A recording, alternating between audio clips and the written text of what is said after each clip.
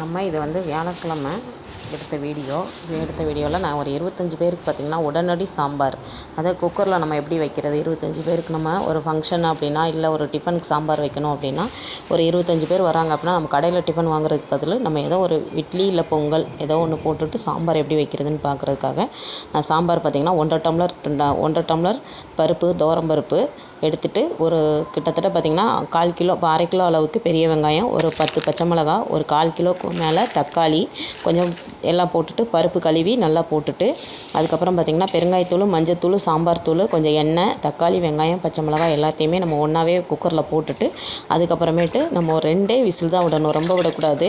2 whistle விட்ட உடனே வெங்காயம், வத்தல், ஒரு 4 ஸ்பூன் எண்ணெய் ஊற்றிட்டு வெங்காயம், வத்தல், கருவேப்பிலை எல்லாமே போட்டு காஞ்ச மிளகாய் எல்லாம் போட்டு தாளித்து விட்டோம்னா உடனடி சாம்பார் நமக்கு 25 பேருக்கு ரெடி ஆயிரும்.